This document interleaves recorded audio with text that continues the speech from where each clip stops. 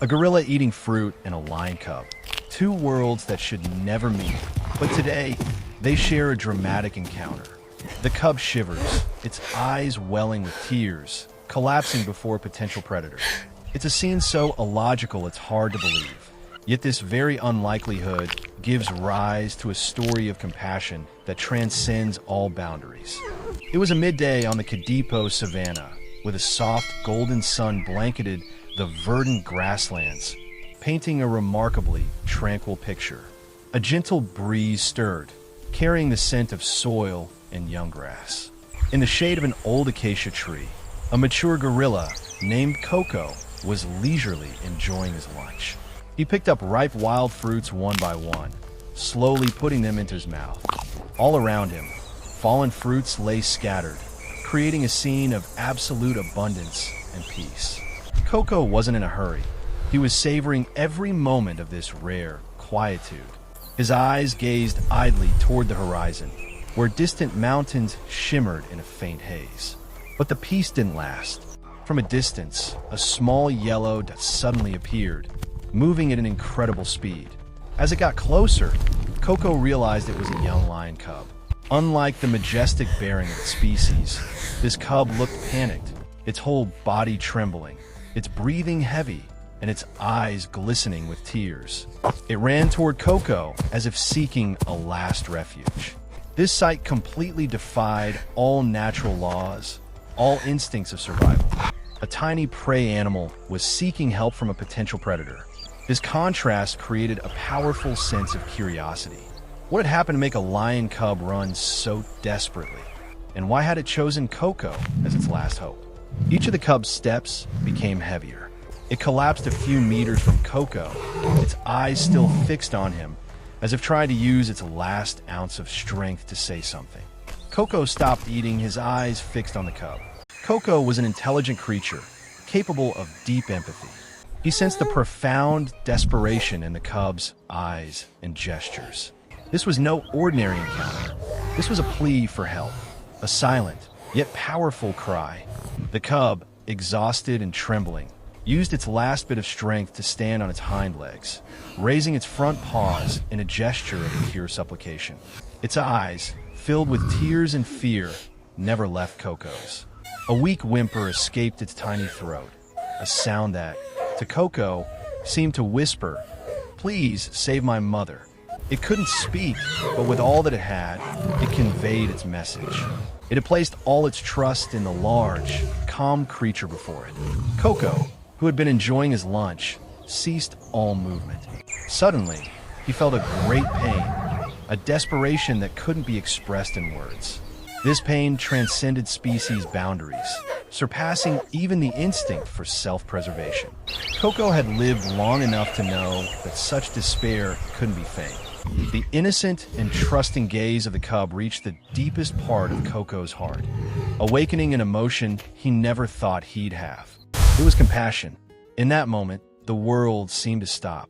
There was only Coco and the cub, two creatures from two different worlds, but connected by an invisible thread of sorrow and hope. Coco carefully observed the cub. He noticed the scratch on its nose, the mud streaks on its golden fur, and the deep exhaustion in its every breath. Every small detail told a terrible story, a story of a battle, a tragedy on the brink. Hesitation crept into Coco's mind. Should he intervene in a fight that wasn't his? Should he confront a force he didn't fully know? But the cub's pleading eyes haunted him, not allowing Coco to turn away. He remembered the cub's whisper, the image of its tiny front paws raised, helpless and full of hope. Coco knew he couldn't abandon it. He couldn't be a mere bystander. Coco followed the direction the cub had come from, though not far away.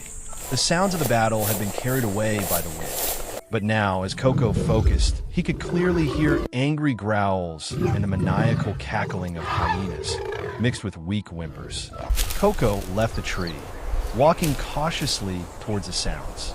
His eyes scanned the tall grass, and then a heartbreaking scene struck him.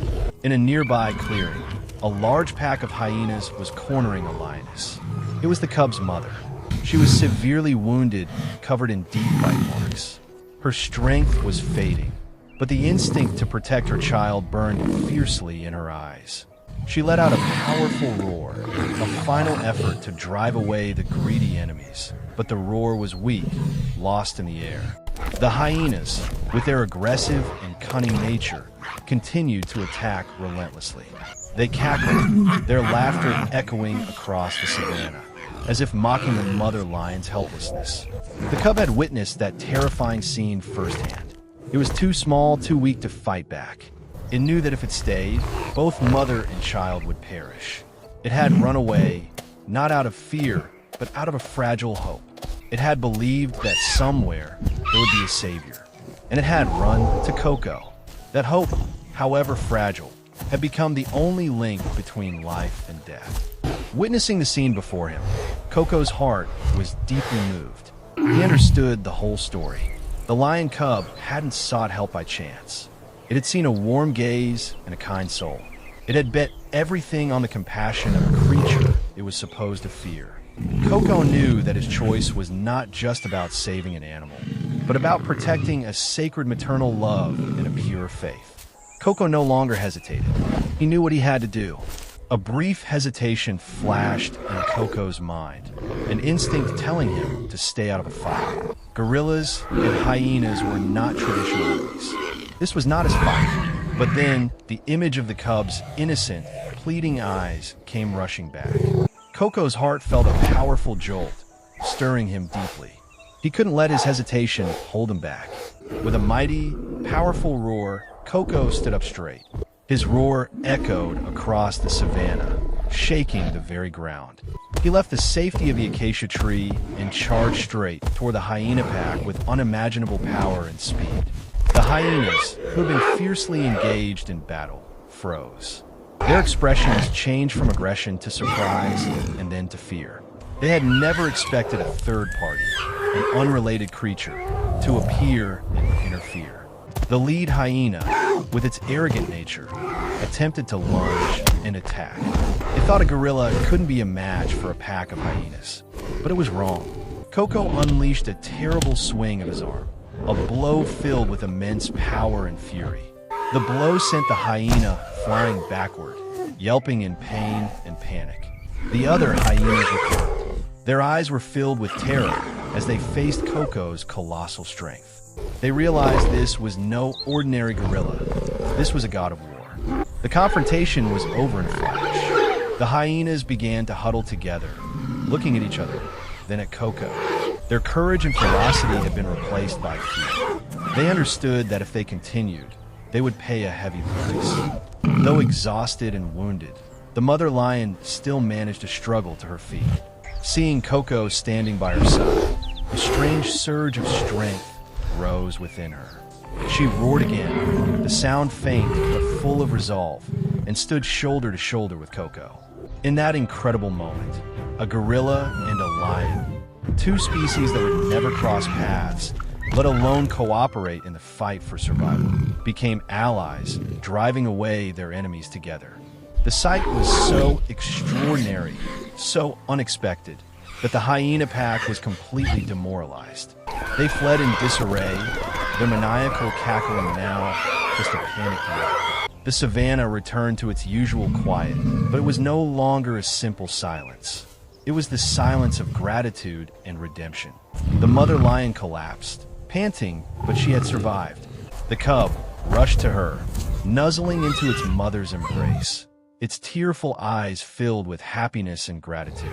It looked back at Coco with a deep gaze, as if trying to say thank you. That look was more than just gratitude. It was the promise of a silent friendship. Coco quietly watched the mother and cub, then he calmly returned to the acacia tree. He sat down in the shade, picking up a banana as if nothing had happened. This action showed the humility of a hero who seeks no fame. Coco had done what was right, not for a reward, but for compassion. The story ends, leaving a powerful echo of love, courage, and the belief that even in the harshest world, compassion will always triumph. If this story touched your heart, please leave a like and share your thoughts below. And don't forget to subscribe to the channel and hit the notification bell so you don't miss out on other inspiring stories of love, compassion, and unexpected connections between living creatures.